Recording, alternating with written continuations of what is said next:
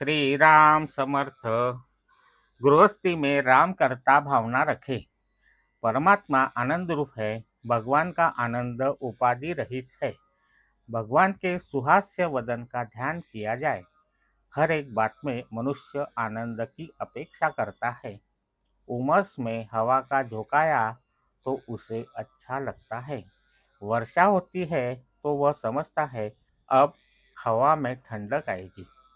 किसी तरह क्यों न हो, मनुष्य आनंद प्राप्त करना और उसे संचित करना चाहता है।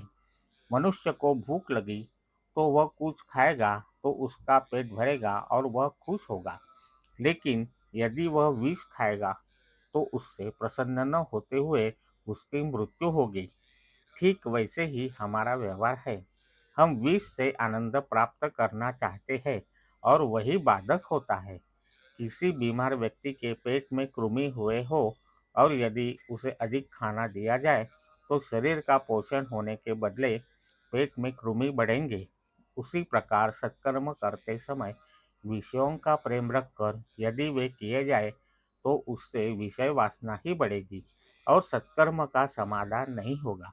इसीलिए कर्तव्य बुद्धि से ही कर्म किया जाए तो वह बाधक नहीं होता। मनुष्य आजीवन जो धंधा करता है उससे वह तद्रूप हो जाता है। किसी वकील के बारे में सोचिए, वह अपने व्यवसाय में इतना लीन हो जाता है कि मृत्यु के क्षण में भी वह वाद विवाद ही करता रहेगा। नौकरी करने वाला नौकरी के काम में लीन हो जाता है, अतः स्वप्न में भी वह स्वयं को नौकर ही मानता है। कर्म ऐसे ढंग से किया जाए कि वह करते समय हम उससे अलग होकर करें। विवाह के मंगल समारोह में सम्मिलित हो जाए, लड्डू भी खाए लेकिन वे पराये के समझकर खाए, अपनी बेटी या बेटे के नहीं है ऐसा समझकर। अन्यथा संबंधी के बारे में चिंता होगी या दहेज मिलता है या नहीं इसकी ओर ध्यान रहेगा, जिससे परेशानी ही होगी। कोई भी कर्म के सिवाय नहीं रह सकता। यदि किसी को सजा देनी हो और हमने उससे कहा हिलना डोलना मना है, पल के हाथ पैर कुछ भी हिलाना नहीं है, तो क्या उसे यह संभव हो पाएगा? अतः कुछ ना कुछ कर्म होता ही रहेगा।